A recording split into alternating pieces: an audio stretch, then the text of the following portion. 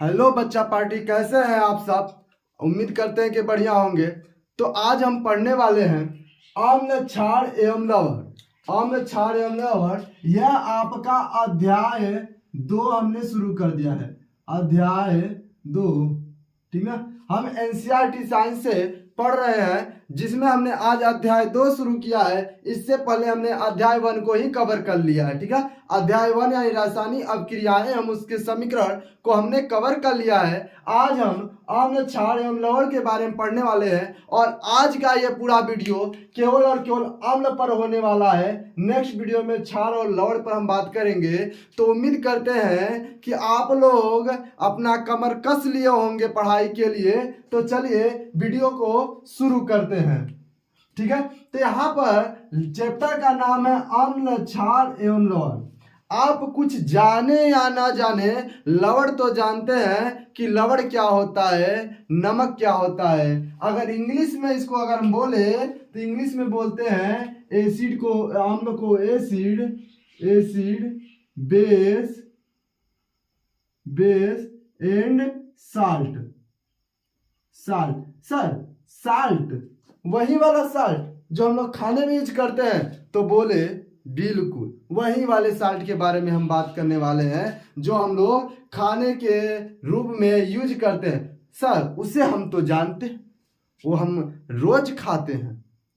तो वह बनता कैसे, इसके बारे में भी हम चर्चा करेंगे इस चैप्टर में। तो पहले हम आपको बता देंगे कि एसिड क्या है, बेस क्या है। इसके बाद बताएंगे कि आखिर साल्ट होता क्या है, साल्ट बनता कैसे।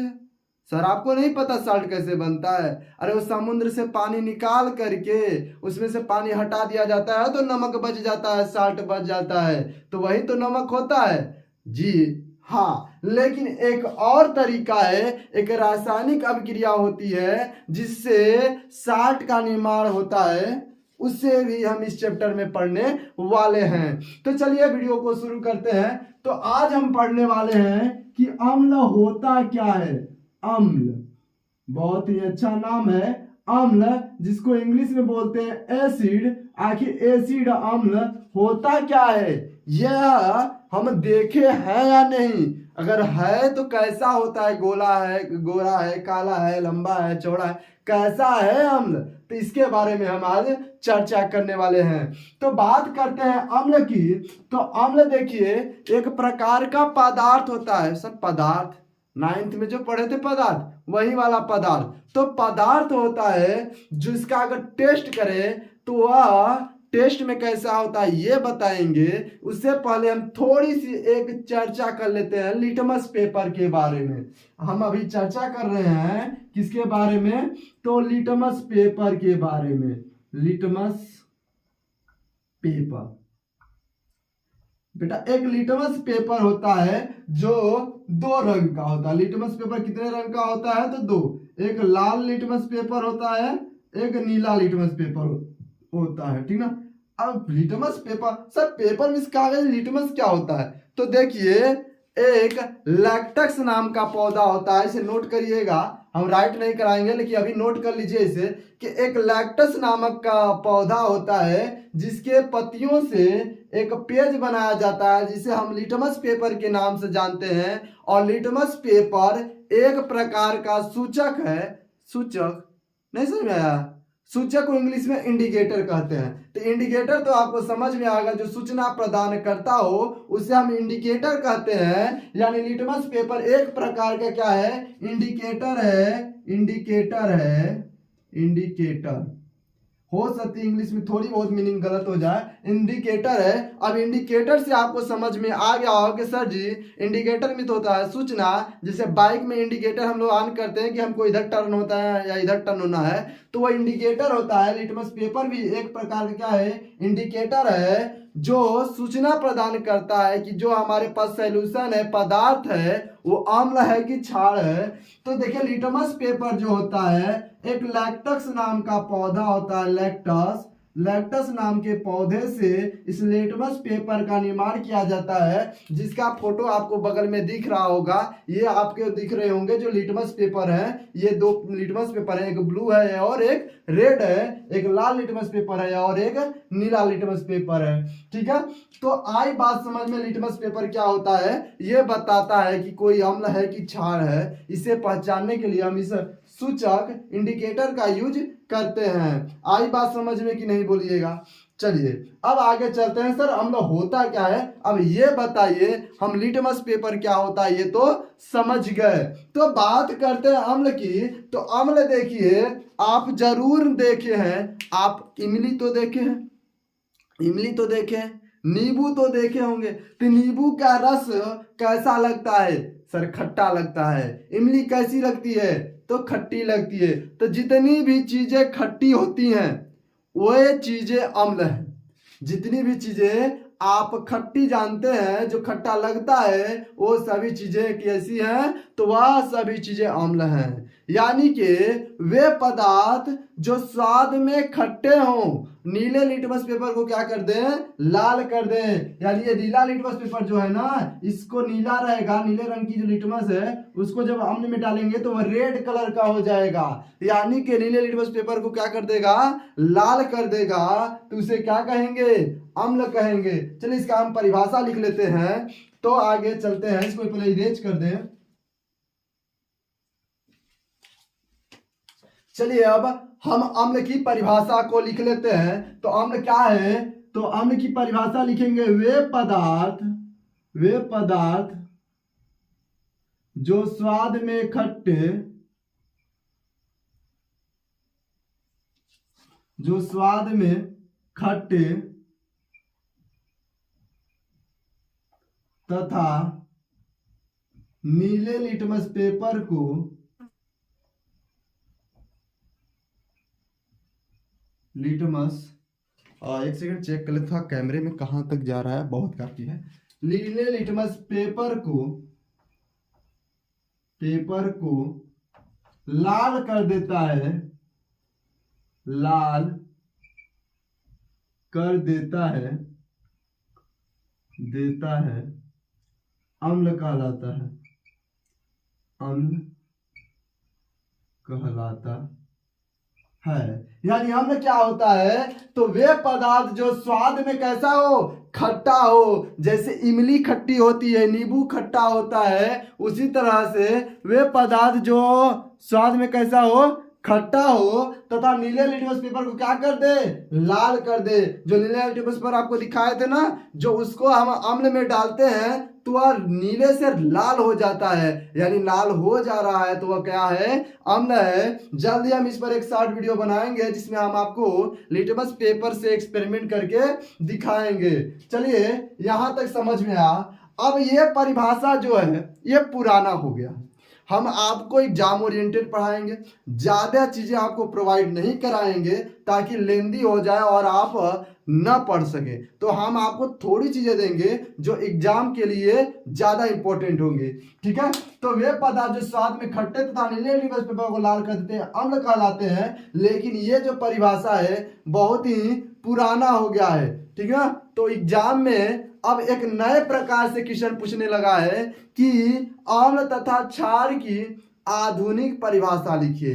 तो जब भी आपको आधुनिक परिभाषा पूछे तो आपको आधुनिक परिभाषा ये लिखना है, ओ या अथवा हम लिख दे रहे हैं, आर्मिस अथवा होता है। तो आधुनिक परिभाषा क्या है कि आहेर्नियस नाम के एक वैज्ञानिक थे, तो उन्होंने अपना सिद्धांत दिया, तो इसलिए लिखते हैं आहेर्नियस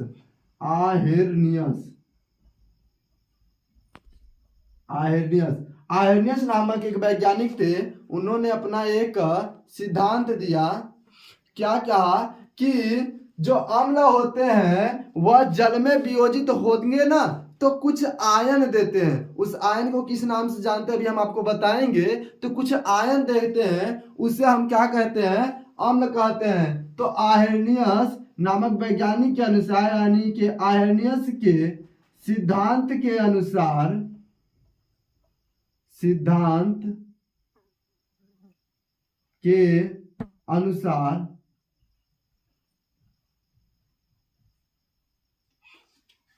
अम्ल अम्ल जल में वियोजित होकर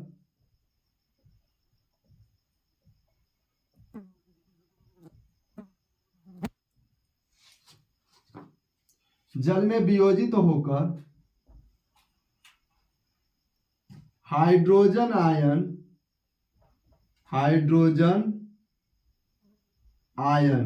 अब हाइड्रोजन आयन को हम डिनोट कैसे करते हैं? तो बेटा हाइड्रोजन आयन को H+ से डिनोट करते हैं, तो हाइड्रोजन आयन देते हैं।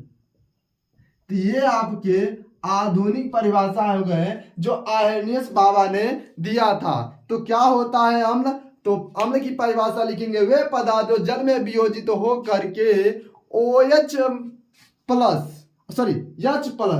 तो छाड़ देते हैं, H+ आयन देते हैं, यानी हाइड्रोजन आयन देते हैं, उन्हें हम क्या कहते हैं? अम्ल कहते हैं। सर समझ में आ गया कि अम्ल क्या होता है, लेकिन अम्ल का पर एक उदाहरण तो बताइए। तो अम्ल के बहुत सारे उदाहरण हैं, लेकिन कुछ इंपॉर्टेंट उदाहरण हम लिख दे रहे हैं। तो उदाहरण क्या होंगे?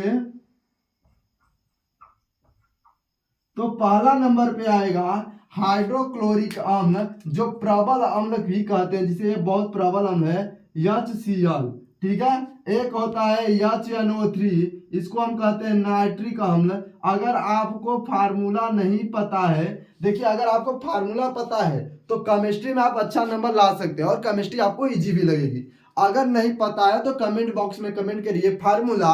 अगर आपका फार्मूला ये कमेंट 50 बार आ जाता है तो हम आपको एक फार्मूला की सीट प्रोवाइड कर देंगे, जिसको पढ़ने के बाद अबाउट 25 to 30 फार्मूले होंगे एक सीरियल वाइज से, जिसे आप लर्न कर लेते हैं, पढ़ लेते हैं। तो क्लास 10th तक की केमिस्ट्री में किसी भी प्रकार की कोई दिक्कत नहीं होगी। और एक और एग्जांपल लेते हैं, HCN हाइड्रोजन साइनाइड HCN। ये सबसे दुर्बल है, ये दुर्बल है, सबसे कमजोर है बेचारा, इसे खाने पीने को नहीं मिलता, इसलिए यह कमजोर हो गया। तो ये कमजोर है और ये सबसे हिष्ट पुष्ट है, यानी कि प्रबल है। प्रबल दुर्बल लिखते हैं, लेकिन हमने यहाँ पर कमजोर लिखा आपको समझने के लिए। तो आई बात समझ में कि नहीं बोलिएगा। यहाँ तक अगर आपको वीडियो अच्छा लग रहा हो तो पूरे लास्ट तक बने रहिएगा। हम गारंटी देते हैं कि आपको अम्ल से संबंधित किसी भी प्रकार का डाउट नहीं रह जाएगा। तो चलिए अब हम चलते हैं अम्ल के बारे में थोड़ी सी और चर्चा कर ले, यानी अम्ल के गुण को जान लेते हैं। शादी लगाने गए थे, उनकी सारी बायोडाटा देख लिए, फोटो देख लिए, उनके बारे में जान लिए, क्वालिफिकेशन क्या है। अब ये जान लेते हैं कि नशा पत्ती करते हैं कि नहीं, गाली गलौज करते हैं कि नहीं। तो इनको भी जानना जरूरी है, यानी गुण को भी हम लोग अब जान लेते हैं। तो चलिए अब चलते हैं हम अम्ल के भौतिक गुण के बारे में। तो अम्ल के भौतिक गुण क्या क्या हैं, अब इसके बारे में हम चर्चा करने वाले हैं। तो पहला अम्ल का भौतिक गुण क्या होगा? देखिए बहुत ही आसान चैप्टर है, इसे बस आपको समझना होगा। अगर आप अच्छे से समझ लेते हैं तो पूरा समझ में आ जाएगा, अच्छे से आप कर लेंगे, याद करने की जरूरत नहीं होगी। और नहीं तो अगर आपको ये समझ में नहीं आता है तो याद करते करते बूढ़े हो जाएंगे, लेकिन याद भी नहीं होने वाला ये चैप्टर। तो अम्ल की भौतिक गुण है, तो पहला भौतिक गुण है कि जो अम्ल होते हैं ये कैसे होते हैं? तो अम्ल जल में विलेय होते हैं। लिखेंगे ये जल में विलेय होते हैं। विलेय का मतलब आप लोग समझते होंगे, विलेय वाले चैप्टर में पढ़े होंगे। तो ये जल में विलेय होते हैं, यानी अगर जल में घोले तो ये घुल जाते हैं। ये नहीं कि ऑयल की तरह ऊपर यहाँ कर बैठे रहेंगे, भैया हम नीचे नहीं जाए अच्छे, हम ऊपर ही रहो।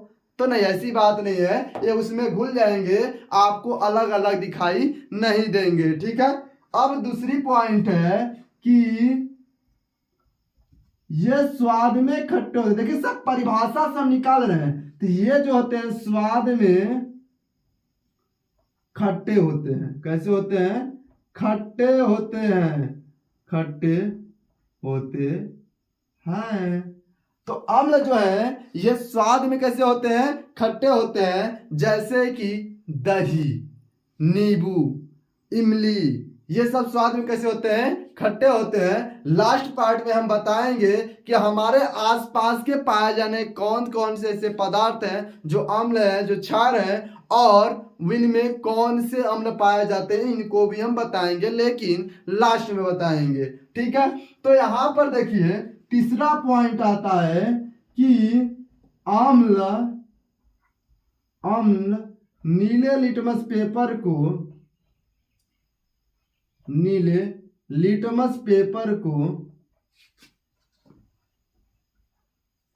पेपर को लाल कर देते हैं,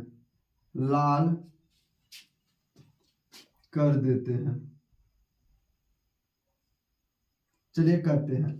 तो अम्ल जो होते हैं नीले लिटमस पेपर कैसा कर देते हैं, तो उसको लाल कर देते हैं। यहां तक क्लियर है कि नहीं बोलिएगा। ठीक है, तो आई होप कि अम्ल के भौतिक गुण को आप लोग अच्छे से समझ लिए होंगे कि अम्ल के भौतिक गुण क्या क्या हैं। अब बात करते हैं कि अम्ल की रासायनिक गुण क्या क्या हैं। तो हम अब बात करने वाले हैं किसके बारे में, तो अगला हेडिंग हमारा है अम्ल का रासायनिक गुण।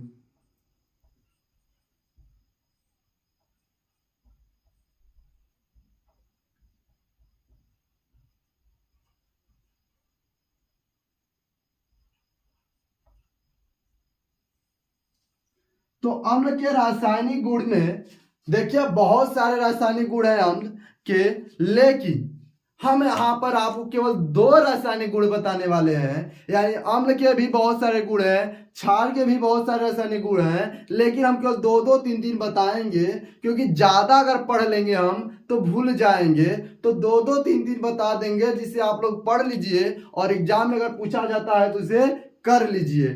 ठीक है, तो अगर आप चाहते हैं कि नहीं सर पूरा बताइए तो कमेंट कर दीजिएगा, नेक्स्ट पार्ट में उसे भी हम बता देंगे और प्लस क्षार का भी पूरा बता देंगे। ठीक है, तो चलिए अब शुरू करते हैं। तो अम्ल की रासायनिक गुण में पहला है जो बहुत ही इंपॉर्टेंट और कई बार पेपर में पूछा गया है, हेडिंग वाइज लिखेंगे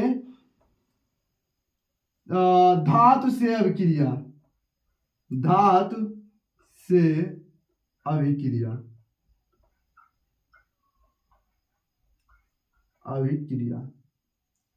यानी कि अम्ल की जब धातु से अभिक्रिया कराते हैं तो क्या होता है।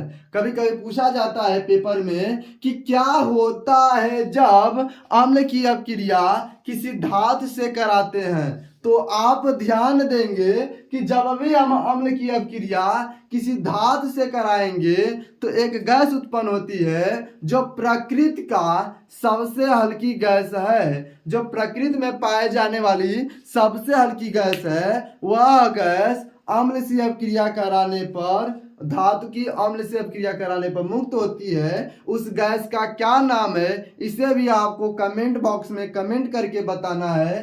ठीक है, अब हम इसके बारे में बढ़ चलते हैं। तो लिखेंगे क्या, अम्ल की अभिक्रिया, अम्ल की अभिक्रिया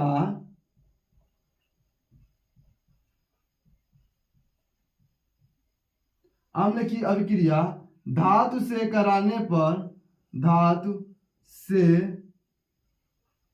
कराने पर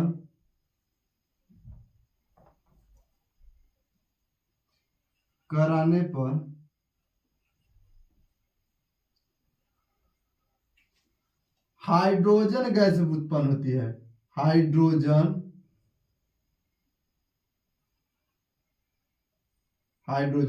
को H2 से डिनोट करते हैं। हाइड्रोजन गैस उत्पन्न होती है।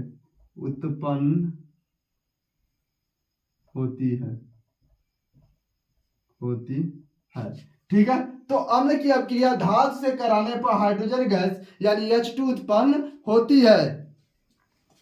इसके अगर हम एक रिएक्शन की बात करें तो यहां पर हमने आपको बताया था जस्ट पहले वाले में कि जो ये अम्ल है वह HCl एक अम्ल है। HCl क्या है, एक प्रकार का अम्ल है। इसकी अभिक्रिया एक धातु यानी सोडियम से जब कराते हैं तो क्या होता है, NaCl से मिल करके नमक का निर्माण करता है NaCl, और हाइड्रोजन गैस बाहर आ जाती है, हाइड्रोजन गैस बाहर मुक्त हो जाती है।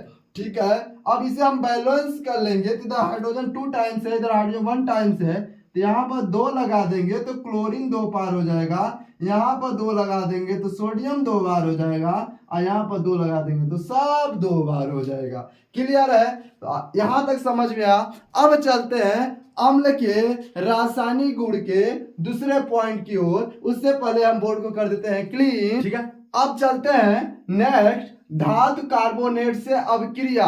अब क्या होता है जब अम्ल की अभिक्रिया धातु से कराते हैं, समझ में आ गया हो तो अब पढ़ लेते हैं कि क्या होता है जब अम्ल की अभिक्रिया धातु कार्बोनेट से कराते हैं तो क्या होगा। आपको एक जरूरी सूचना हमें देनी थी कि कुछ दिनों से आपको लॉन्ग वीडियो नहीं मिल पा रहे थे, उसके कुछ कारण थे जिस वजह से हम लॉन्ग वीडियो को नहीं प्रोवाइड करा पा रहे थे।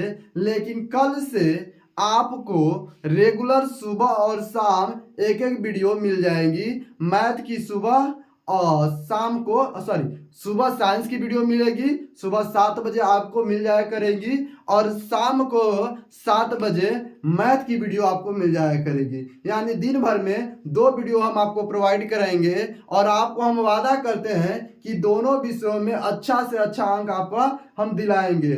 ठीक है, और एक और चीज आपसे हमने पूछना था कि हम सोच रहे हैं कि एक टेस्ट आप सीरीज चालू कर दिया जाए, जिससे हम जो जो चैप्टर पढ़ते जा रहे हैं उसकी हमारे स्टूडेंट की तैयारी कैसी हुई है ये जानने के लिए हम ऑनलाइन टेस्ट लेंगे, जिसका लिंक हमारे टेलीग्राम चैनल EDU फिजिक्स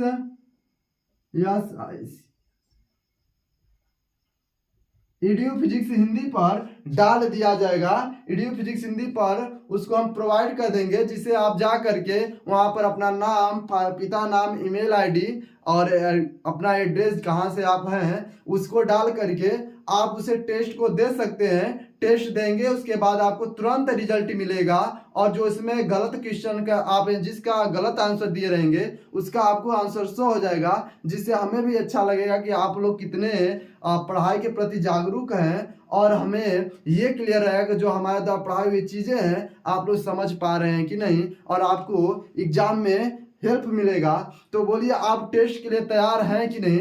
अगर तैयार हैं तो वीडियो को लाइक करके एक छोटा सा कमेंट कर दीजिएगा टेस्ट, और अपने दोस्तों तक इस वीडियो को शेयर कर दीजिएगा। ठीक है, तो अब चलते हैं धातु कार्बोनेट से अभिक्रिया। तो धातु कार्बोनेट से अभिक्रिया कैसे कराएंगे? तो देखिए, जब अम्ल की अभिक्रिया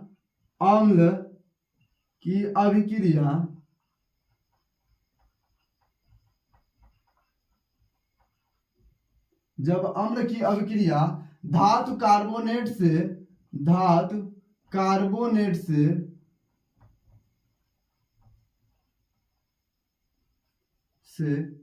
कराते हैं, जब अम्ल की अभिक्रिया धातु कार्बोनेट से कराते हैं तो कार्बन डाइऑक्साइड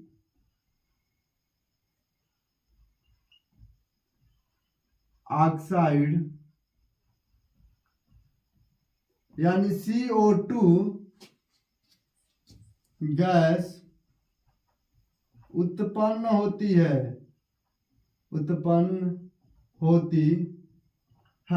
यानी जब अम्ल की अभिक्रिया किसी हम धातु कार्बोनेट से कराते हैं तो क्या होता है, वहां पर कार्बन डाइऑक्साइड गैस निकलती है। वो वाला कार्बन डाइऑक्साइड गैस नहीं जो आप लोग क्लासरूम में छोड़ते हैं, ये वो वाला कार्बन डाइऑक्साइड गैस है जो अग्निशामक यंत्रों में यूज किया जाता है, जिससे आग क्या करती है, बुझ जाती है। ठीक है, तो इसका अगर हम एग्जाम्पल देखें भाई, रिएक्शन तो पढ़ना पड़ेगा क्योंकि रासायनिक अभिक्रिया पढ़ रहे हैं। तो वहां पर देखिए एक अम्ल लिए हम HCl और एक धातु कार्बोनेट Na2CO3 लिए, इसको कहते हैं सोडियम कार्बोनेट। अब जब हाइड्रोक्लोरिक अम्ल की अभिक्रिया सोडियम कार्बोनेट से कराते हैं तो हमें बेचारा नमक फिर से मिल जाता है NaCl, जो हम खाने में यूज करते हैं, और आपका कार्बन डाइऑक्साइड गैस और साथ में आपका हाइड्रोजन गैस भी निकल जाता है। अब इसे हमें करना होगा बैलेंस, क्योंकि बंटवारा हुआ है तो सबको बराबर हिस्सेदारी मिलनी चाहिए, नहीं तो लड़ाई झगड़ा हो जाएगा और नंबर में कमी आ जाएगी। तो यहाँ पर Na2 था, यहाँ पर Na1 है, यहाँ पर 2 डाल दिए, Na2 हो गया, Cl2 हो गया, यहाँ पर 2 डाल दिए तो ClH2 हो जाएगा, H2। लेकिन यहाँ पर CO3 है, यहाँ पर CO2 है। थोड़ी सी बैलेंसिंग में दिक्कत आ रही है, जस्ट एक second. 2NaCl CO2 H2, sorry यहाँ पर हाइड्रोजन गैस नहीं बल्कि जल निकलेगा, क्योंकि जब धातु कार्बोनेट से अब क्रिया करा रहे हैं तो एक ऑक्सीजन की बच जा रहा है, उसे मेंटेन करने के हमें यहाँ पर डालना पड़ा, यानी कि जल निकलेगा। ये 100% श्योर है। आप इसमें डाउट में मत रहिए कि सर ने गलत पढ़ा दिया, तो आप इसे चेक कर सकते हैं, बट 100% है कि यहाँ पर जल ही निकलेगा। तो आई होप कि आपको अम्ल की परिभाषा, अम्ल क्या होती है, अम्ल की आधुनिक परिभाषा क्या है, अम्ल की भौतिक गुण क्या है, अम्ल की रासायनिक गुण क्या है, यहां तक क्लियर होगा। अब हम अम्ल के उपयोग भी जान लेते हैं। सर शादी लग गई है, लड़के में सब ठीक ठाक है, लेकिन लड़का जो है वह ISPCS कर चुका है, तो हमारे किस काम में आएगा ये भी तो हम जानना चाहेंगे कि कहीं फंस बस गए तो वहां पर हमें हेल्प मिलेगी कि नहीं। नहीं मिलेगी तो और लोग तो पास हुए हैं, उनके बाद भी तो चला जाएगा। तो अम्ल के उसी प्रकार से हम अम्ल के उपयोग के बारे में जान लेते हैं, लेकिन आपको पहले ही हम चेतावनी दे दें कि अगर आप अम्ल के उपयोग पढ़ करके उसका कोई एक उपयोग करना चाहते हैं तो मत करिएगा। ऐसा हमने क्यों बोला अभी हम आगे बताने वाले हैं। तो अम्ल के उपयोग, अम्ल के उपयोग, हेडिंग है अम्ल के उपयोग, ठीक है।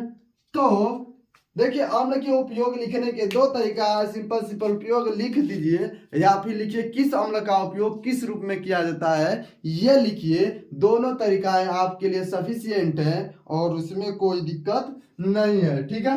तो यहाँ पर देखिए फर्स्ट हम लिखते हैं, लिखेंगे हेडिंग वाइज फर्स्ट H2SO4, इसको क्या कहते हैं, इसको कहते हैं सल्फ्यूरिक अम्ल। क्या कहते हैं, सल्फ्यूरिक अम्ल। तो सल्फ्यूरिक अम्ल क्या होता है, इसका उपयोग कहाँ करते हैं, तो देखिएगा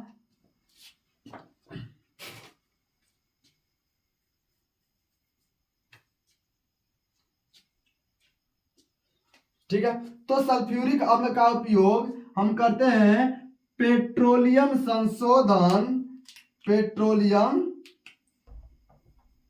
लिखेंगे H2SO4 का उपयोग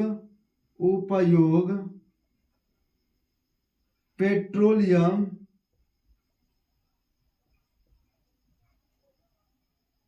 संशोधन, पेट्रोलियम संशोधन तथा सीसा संचायक सेल में करते हैं, सीसा संचायक में करते हैं, सेल नहीं लिखते हैं, में करते हैं। यानी जो सल्फ्यूरिक अम्ल होता है H2SO4 होता है, उससे हम सीसा संचायक सेल बनाते हैं और साथ साथ जो हमारे यहाँ यूज में पेट्रोलियम यूज होते हैं उनको संशोधन करने में यूज करते हैं, उसे प्योरीफाई करने में हम यूज करते हैं। नेक्स्ट है HNO3 यानी कि नाइट्रिक अम्ल। सेकेंड क्या है HNO3, इसको क्या कहते हैं, इसको कहते हैं नाइट्रिक अम्ल। तो सर नाइट्रिक अम्ल क्या होता है जरा ये तो बताइए। तो लिखेंगे क्या, ध्यान से देखिएगा, तो लिखेंगे HNO3 का उपयोग उर्वरक तथा विस्फोटक बनाने में करते हैं। विस्फोटक बनाने में करते हैं।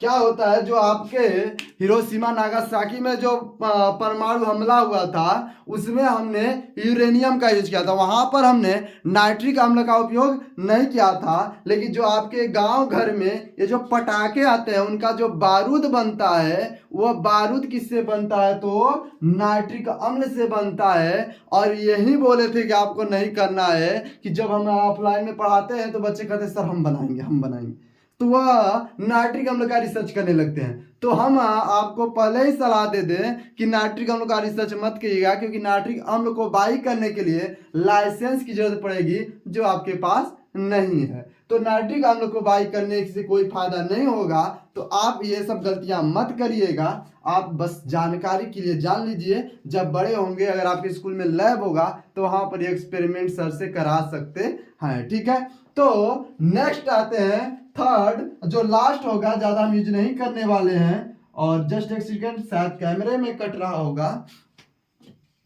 चलिए यहां तक हो सकता है, यहां तक कैमरे में आ रहा है, तो इसको लिख लेते हैं। फार्मिक एसिड, एक है फार्मिक एसिड HCOOH, इसको क्या बोलते हैं, इसको बोलते हैं फार्मिक अम्ल या एसिड, एक ही बात है क्योंकि इंग्लिश हिंदी हो जाएगा। तो फार्मिक अम्ल का उपयोग हम कहाँ करते हैं, तो फार्मिक अम्ल का उपयोग हम फल पकाने में करते हैं। तो लिखेंगे इसका उपयोग, लिखेंगे HCOOH का उपयोग फल पकाने में किया जाता है। फल पकाने में किया जाता है, पकाने में किया जाता है। ठीक है, आई बात समझ में। उम्मीद करते हैं कि आपको वीडियो अच्छा लगा होगा। अगर आपको वीडियो अच्छा लगा हो तो चैनल को हमारे सब्सक्राइब करके और बेल आइकन को प्रेस कर दीजिएगा और अपने दोस्तों तक शेयर कर दीजिएगा, ताकि थोड़ी सी हमारी भी नीचे बढ़ जाए और हमारे सब्सक्राइबर इंक्रीज हो जाए। क्योंकि आपको पता है कि व्हाइट बोर्ड पर आपको भी पढ़ने में मजा नहीं आता, हमें भी पढ़ाने में थोड़ी सी दिक्कत होती है, ताकि हमें बार बार इरेज करना पड़ता है और एक ही बार में हम सारी चीज़ें आपको नहीं दिखा सकते हैं, इसलिए हमें बार बार इरेज कर करके दिखाना पड़ता है, जिससे थोड़ी सी परेशानी हो सकती है। तो आप जल्द से जल्द हमारे सब्सक्राइबर को कंप्लीट कराइए, वॉच टाइम कंप्लीट कराइए, ताकि हम भी अपना एक डिजिटल बोर्ड ले सके और आपको बेटर चीज़ें प्रोवाइड करा सके। धन्यवाद।